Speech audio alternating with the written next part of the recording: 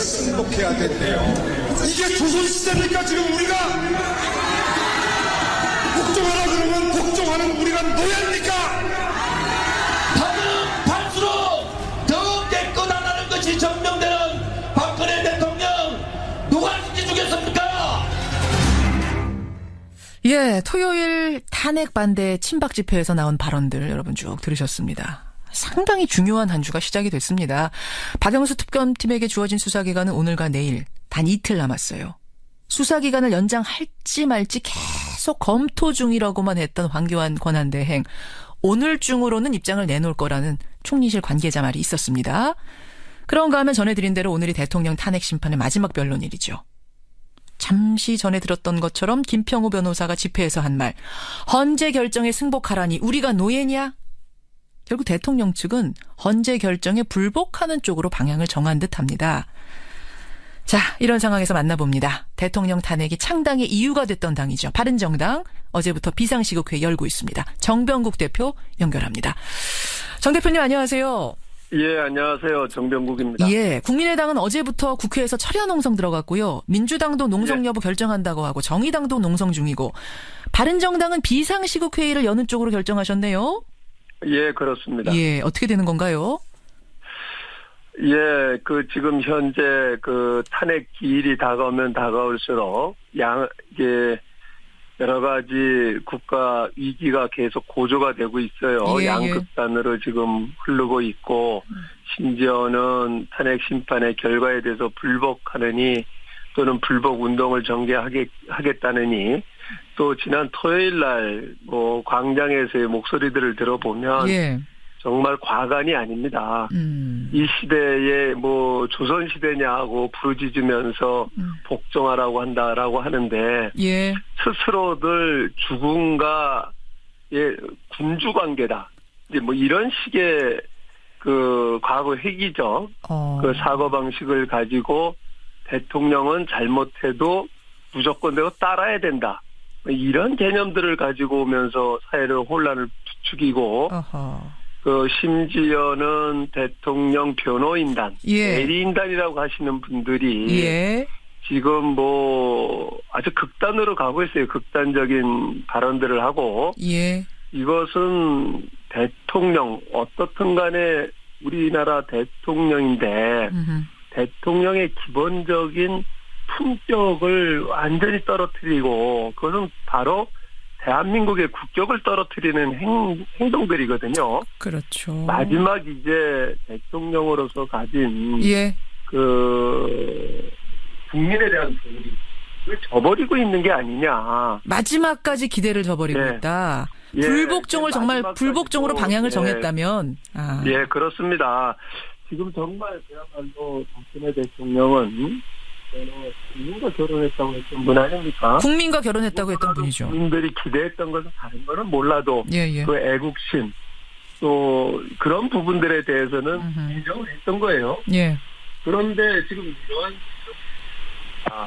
정병국 대표님, 전화기가 지금 음질이 멀어졌습니다. 정병국 대표님. 그래요? 지금 괜찮습니다. 그래서 이제 국민들이 망연자실하고 그야말로 자괴감을 느끼고 제 주변에 있는 분들 많은 분들이 우울증에 걸렸다, 화병에 걸렸다 이럴 지경이에요 지금. 그래요. 마지막 기대마저 만약 정말로 불복종을 한다면 결정에 불복종을 한다면 정말 마지막 남은 기대마저도 저버리는 행동이 될 거다 이 말씀이신데 근데 이제 그쪽 논리는 이렇습니다. 재판관 8명으로 헌법재판소의 재판관 8명으로 결정을 내리는 건 위헌적이다. 그래서 만약 이렇게 결정이 내리면 재심을 해야 된다라는 주장까지 나오거든요. 이제 마지막 막판에 와서 자기들 뜻대로 되지 않을 것 같으니까 온갖 폐악질을 하고 있다고 저는 봐요. 폐악질을 하고 있다. 이런 저런 핑계를 대고 지금 어쨌든 간에 막 가자 하는 거거든요 지금 현재. 저는 이게 과연 누구를 위한 것인가 다시 한번 제목. 그 대리인단이요. 법원에서 아스팔트가 피로 물들 거다. 뭐 시가전이 벌어질 거다. 이런 말을 하는가 하면 축사하던 박원순 서울시장 앞에서 자해 시도한 노인도 있었고요. 이정미 헌법재판관은 살해 협박받아가지고 지금 아예 경호를 붙였습니다. 저는 이 깃발을 들고 이 거리로 나오시는 국민들이나 촛불을 들고 거리로 나오시는 분들이나 다 그분들의 그 생각이나 뜻은 존중합니다. 그런데 그것은 우리 정치인들이 제대로 해야 될 역할을 하지 않았기 때문에 입증이 된 거거든요. 그렇기 때문에 저는 국회의원의 한 사람으로서, 정치인의 한 사람으로서 참 죄송하다는 생각이 들어요. 정치인의 한 사람으로서 죄송하다는. 그런데 심지어는 그 현장에 나가서 그럼에도 불구하고 그 정치인들이 나가서 선동질하고 그 한때 갈등을 지키라. 아이고, 전화기 상황이 지금 전화 상태가 조금 좋지 않습니다. 제가 좀 설명을 다시 드리면 그 현장에 나가서 정치인들까지 나가가지고 선동을 하는 거, 지금 선동질이라고 그러셨나요? 선동하는 그 모습이 더 좋지 않다. 선동질하는 것은 저는 결코 바람직하지 않고 지금 우리 정치인들은 국회에서 이러한 광장의 국민의 소리들을 어떻게 수렴하고 이것을 어떻게 풀어갈 것인가 고민을 해야 되는데 알겠습니다. 현장에 나가서는 안 된다는 생각이 듭니다. 바른정당의 주호영 원내대표가요. 어쨌든 지금 봐가지고는 탄핵 결정 나고 나면 갈등이 대단할 거다 국민들 간에. 그래서 아예 대통령이 자진 사퇴하는 건 어떠냐. 실제로 3.1절 사퇴설까지 지금 돌고 있습니다. 그거는 주호영 대표 얘기가 아니고요. 언론에서 그렇게 나고 일각에서 그런 소리가 나는데 이러한 부분에 대해서도 우리 정치권에서 대비를 해야 된다는 얘기를 했던 거고요. 저는 지금에 와서 그런 얘기들을 한다라고 하는 건 있을 수 없다라고 보고요. 지금 만약에 그럴 생각이었다라고 하면 이 탄핵하기 이전에 그런 결단을 했었어야죠. 알겠습니다. 그 국가를 이 지경으로 만들어 놓고 이제 와서 이게 탄핵이 인용될 듯하니까 그렇게 처신을 한다 하는 것은 참으로 비겁한 행동이라고 저는 봅니다. 비겁한 행동이다. 말 안 되는 이야기다. 하야설. 일축을 지금 하셨어요. 황교안 총리 얘기 좀 해보죠. 그러니까 지금 헌재의 탄핵 심판이 한 축이라면 특검 수사와 형사 재판이 또 커다란 한 축인데 황교안 총리가 특검의 수사기간 연장을 오케이 해줘야, 승인해줘야 이 수사는 계속됩니다. 오늘이 사실상 마지막 날입니다. 내일은 이제 짐을 싸야 되는 거니까요. 어떻게 결정 날 거라고 보십니까? 저는 이 특검법을 제정 당시로 돌아가야 된다고 봐요. 그 특검법 제정 정신은 70일을 기본으로 하고 추가적으로 특검에서 필요하다라고 하면 30일을 연장해주자 하는 게 특검법 제정 정신이고 그것은 여야 합의에서 이루어진 거예요. 그렇죠. 과거에 새누리당까지도 우리 때도 다 동의를 해가지고 만든 법이고 지금 자유한국당이라고 해서 이름 바꿨다고 그래서 그분들은 지금 이걸 반대를 하고 있는데 그렇다라고 하면 이것에 대해서 그 대통령 권한 대행이 이러쿵저러쿵 할 이유가 없어요.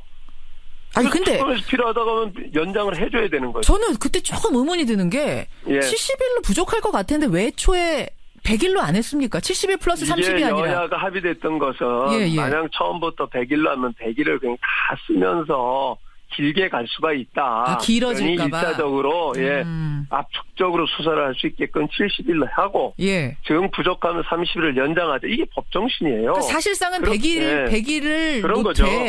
빨리 끝내면 70일에 끝내십시오. 이런 거였단 말씀이군요. 그런 거죠. 자꾸만 이렇게 법정신이라든가 기본 정신에 입각해서 모든 것을 결정하지 않으니까 자꾸만 이 정치를 왜곡시키고 소모적으로 만드는 거예요. 이래서는 저는 안 된다고 봐요. 지금 국가가 위기적인 상황인데 알겠습니다. 이것을 대행하고 있는 권한대행이 정말 올바른 판단을 해야 된다고 봅니다. 황교안 권한대행이 특검 연장 승인 안 하면 국민 저항에 부딪힐 거다. 바른정당이 그러셨어요. 이런 부분들이 다 정치적 소모를 하고 국가를 더 어렵게 만드는 것 아니겠어요? 그렇죠. 여기서 국민 저항이라 하면 어떤 추상적인 의미의 국민 저항입니까? 아니면 정말 실제로 뭔가 권한대행 탄핵? 이런 이야기까지 지금 나오는데 가능한 일이라고 지금 그런 것들이 국민적 저항으로 나타나는 것 아닙니까? 아하. 알겠습니다. 국민들이 그런 요구가 있게 되면 그 국민의 뜻을 안 받을 수가 없는 것 아니에요. 예, 오늘 아무쪼록 국민의 뜻을 반영한 결정을 내리기를 바라면서 네. 그럼에도 불구하고 만약 승인 거부한다면은 국회가 할 수 있는 게 있나요? 뭐 강하게 대응할 방법이 있습니까? 항의할 방법이 있습니까? 뭐 지금 현재는 저희가 여야 합의를 이끌어내려고 했는데 불발됐어요. 예. 야당 대표들 간에도 논의를 했지만은 결국은 뭐 정세균 의장께서 이게 이제 이것을 직권상정을 해달라라고 요구를 했는데 그것도 지금 안 됐고요. 안 됐죠. 예, 그래서 지금 현재 국회에서는 특검법과 관련해가지고 좀 할 수 있는 다른 방법이 없습니다. 없습니다. 네. 그렇기 때문에 네. 답답한 겁니다. 그렇기 때문에 지금 철야 농성도 나서는 거고요. 오늘과 내일 지켜보겠습니다. 정병국 대표, 바른정당 대표 지금 만나고 있습니다. 그나저나 시간이 없지만 대표님 이거 하나 좀 여쭤야겠어요. 네. 건강한 보수를 만들겠다 자임하면서 바른정당 창당한 지 이제 한 달 됐는데 초기에 20%까지 달하던 지지율이 지금 6%까지 떨어졌더라고요. 예. 답답한 마음 드시죠? 예, 그거 좀 답답하고요. 예. 참, 저희들이 모든 기득권을 내려놓고, 이제 더 이상 보수를 대변할 수 있는 당이 아니다. 그리고 새누리당 출신의 대통령이 탄핵까지 이르게 한 것에 대해서 국민에 대한 반성과 사죄의 의미로 저희가 모든 기득권을 내려놓고 나온 거거든요. 예. 그래서 처음서부터 우리는 풍찬 노숙을 하겠다 하는 각오로 나왔지만 이렇게 찬바람이 매서울지는 몰랐어요. 아, 이렇게 매서울. 예. 아니, 왜 매서운 겁니까? 지금 찬바람이 왜? 저는 이렇게 봅니다. 지금 탄핵길이 다가오면 다가올수록 촛불이다, 태극기다 이렇게 양극으로 지금 치닫고 있어요. 그렇죠. 그러다니까 이 양비론적인 입장에서 이것도 지금은 아니다. 모두가 헌법재판소의 판결을 기다리고 그 결과에 대해서 겸허하게 어떤 결과가 나오든지 겸허하게 수용할 수 있는 그런 자세를 견제해야 된다고 연일 저희들은 입장을 전개를 하고 있는데 일종의 중도적인 입장, 합리적인 중도 보수, 이런 것들이 쓸 자리가 지금 없는 거예요. 지금 현 상황 그렇게 판단해서. 그러면 극단의 네. 사회가 지나가면 이 상황 지나가면 지지율 반등할 거라고 보십니까? 뭐 저는 그렇게 생각을 해요. 이제 창당한 지 한 달밖에 안 됐거든요. 그렇죠. 저희는 이제 뭐 최고위도 완전히 이제 오늘 구성이 되고요. 예.